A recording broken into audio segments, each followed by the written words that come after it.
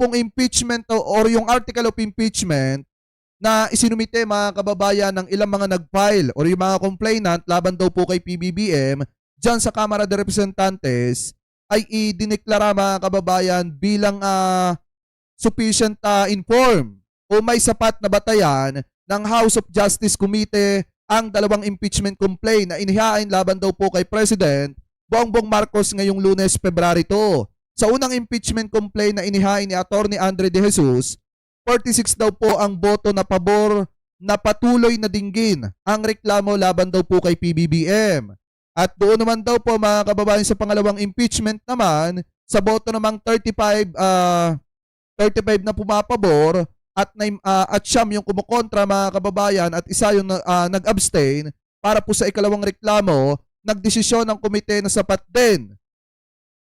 din ang mga batayan ng reklamo na inihain ni Liza Masa, Teodoro Casinio at Nery Colmenares na inendorso ito ng Makabayan Bloc.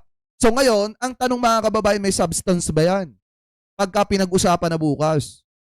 Yan yung tanong dyan. Sa akin wala namang problema mga kababayan na sufficient inform yan o may sapat na batayan. Kaso ang problema, pagka nasilip na yung mga ebidensya, magkakaroon ba ng substance yan? Lalo na at yung isa sa mga accusation diyan, eto pakinggan nyo yung isa sa mga aligasyon diyan mga kababayan, eto. Pakinggan natin. Article 2 of the 1987 Philippine Constitution states that sovereignty resides in the people and all government authority emanates from them. Bilang kinatawan ng mamayang Pilipino at bilang House Deputy Minority Leader, humaharap tayo ngayon para sa konstitusyonal na proseso sa pananagutan. Pakinggan lang natin yung mga aligasyon. Kasi mga kababayan, sa totoo lang, yung kalbong DD dapat magpasalamat kayo sa kanya. Kasi malaki ang posibilidad na mabasura ito. Pagka nakita yung bidyong inilabas nila, yung artificial intelligence, doon pa lang masasabi na mga kababayan na maipilit lang talaga na ang presidente ay connected sa paggamit ng ipinagbabawal na bato, lahat gagawin. Ano po, para lang masabi na may video talaga kahit ilang beses na nating napatunayan dito na artificial intelligence yan. So ngayon, yung kalbo na DD na naglabas noon, nag-imbento ng video na yon, yun yung may kasalanan kung bakit madidismiss ito. Tandaan nyo yan mga DD. Gutan ng mataas na opisyal ng bansa na ngayon ay may alegasyon ng graft and corruption, culpable violation of the Constitution, at betrayal of public trust. Bago po ang lahat, nais kong bigyan diin na sa magiging impeachment proceedings na ito ay maging pundasyon nawa ang tama at patas na proseso. Ito rin ang pangunahin kong intensyon kung kaya't aking inendorso ang complaint na ito, ang madala sa nararapat na forum at dumaan sa wastong proseso. Tayo ay sumusunod at susunod sa bawat tamang prosesong idineklara ng batas. Unang-una, tiwala ako na ang impeachment complaint na aking inendorso ay sufficient informed. Batay sa ating rules kaugnay sa pag-evaluate ng impeachment complaint, ang isang impeachment complaint para maging sufficient informed must be verified by an affidavit that the complainant has read the complaint and that the allegations therein are true and correct of his personal knowledge or based on authentic records. This can also be checked sa page 13 ng nasabing complaint or sa verification page. Clearly, ang complaint na ito ay verified by an affidavit executed by Attorney Andre De Jesus, stating that he caused its preparation, that he has read and understood its contents, and that the allegations therein are true and correct based on his personal knowledge or on authentic documents. In the same affidavit attached to the complaint, Attorney De Jesus further swears that all factual allegations are supported by evidence and that this complaint is not filed to harass, delay, or otherwise increase the cost of litigation. Accordingly, para mag-comply sa formal requirements, iniendorso ko ang impeachment complaint through a resolution of endorsement, duly signed and sworn to before the Honorable House Secretary General. Therefore, Madam Chair, in view of the foregoing, it is respectfully submitted that the impeachment complaint is sufficient in form and that it be allowed to proceed to the next stage of the proceedings. Thank you, Madam Chair. Kasi eto mga kababayan na para sa akin, Ang isa kasi nilang ipinupunto dyan po sa kanilang ipinail na impeachment laban po sa presidente yung paggamit daw po ng ipinagbabawal na bato. Ngayon mga kababayan, ano yung ebidensya nila na ang presidente talaga ay gumamit ng ganon? Lalo na at yung inilabas dati na video ni Harry Roque, yung inimbento nila, yung ginawa nila, maliwanag na artificial intelligence. Napatunayan na po yan mga kababayan. At yung pangalawang inilalabas po nila ngayon na talagang tinitrigger lang nila ang First Lady at ang Presidente na magsampa ng kaso dito sa Kalbo na DDS vlogger at dito kay Hitad, kay Maharlika, maliwanag na AI generated din. So ano yung gagamitin nilang ebidensya? Yung mga AI generated na ginawa para sirain ang kredibilidad ng Presidente? Sa tingin nyo, papayag yung kamera na magpaandar yung mga didiset ng ganyan? Hindi naman siguro bobo yung mga kongresista. Diba mga kababayan? Kaya ako naniniwala na pagdating sa substance, mukhang malabong maiakyat ito ng Senado. Yan yung nakikita ko dyan bobo na lang. Yung boboto para po iakyat ng Senado yan. Yan yung nakikita ko dyan mga kababayan. Kasi unang-una, ano naman yung sasabihin nila na tumanggap ng kickback ang Presidente?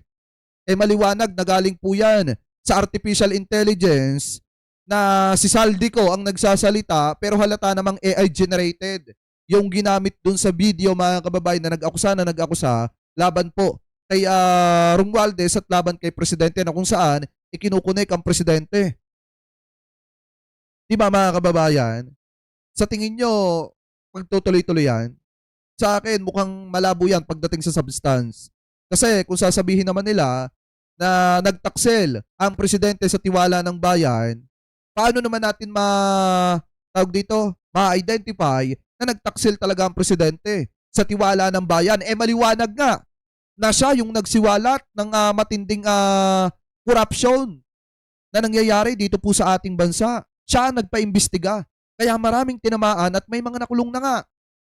So paano natin masasabi mga kababayan na sinira ng Presidente ang tiwala ng mga kababayang Pilipino po natin? At saka maliwanag dito na hanggang ngayon, lumalaban pa ang Presidente mga kababayan sa matinding korupsyon na nangyayari po sa ating bansa. Kaya nga kung mapapansin nyo, yung iba mga pumabor na sabihin na sufficient inform, ito pong impeachment, article of impeachment laban kay PBBM, yung iba pa nga doon nasasangkot sa maanumalyang flood control Diba itong nag-endorse na ito na sinisay, diba sangkot din yan sa maanumalyang flood control?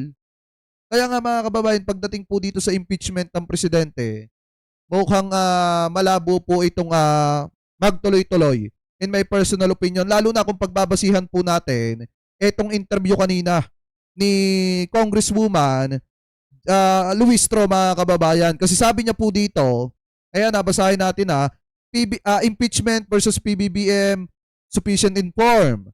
Panoorin, idineklarang sufficient inform ng House of Justice Committee ng dalawang impeachment complaint laban daw po kay Pangulong Ferdinand Marcos Jr. So ngayon, ito i-play po natin. Kasi bukas ata may hearing po ulit yan. We are pertaining to the formalities which must be observed in filing the impeachment complaint. That includes, of course, the signature of the complainant, the verification, which must be correctly.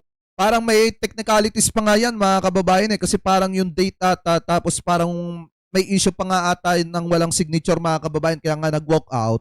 Ito pong si Congressman Benny Abante kasi ayon po kay Congressman Benny Abante, pagka may mga ganyang technicalities,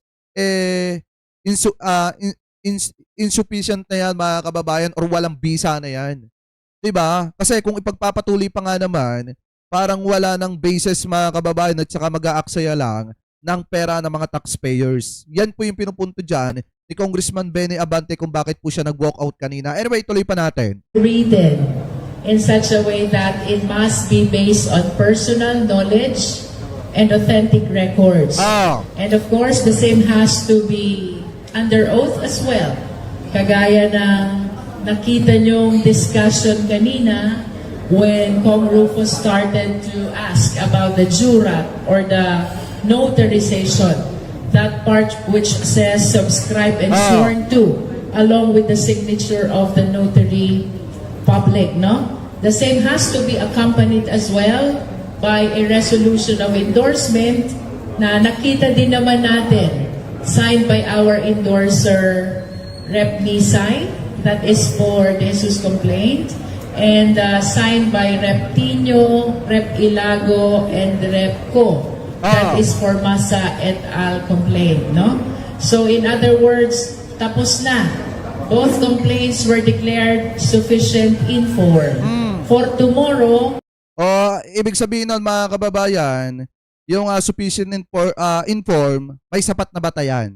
Idineklara ng Committee on Justice mga kababayan or ng House Justice Committee na may sapat na batayan itong dalawang impeachment complaint laban po kay PBBM. Kaso ang problema, magkakatalo lang ito bukas sa substance or nilalaman ng ebidensya mga kababayan nito mga impeachment nito po mga impeachment complaint na ito. Ano po? Anyway, tuloy pa natin.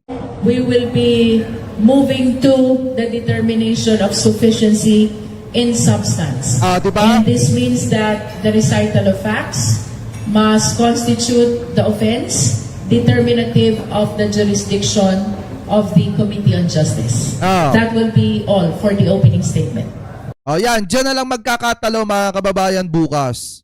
Ano po, kung may hearing bukas patungkol po dito sa impeachment ng presidente, magkakatalo lang yan mga kababayan sa substance or yung nilalaman ng mga impeachment complaint kung matibay ba, may sapat bang batayan o wala.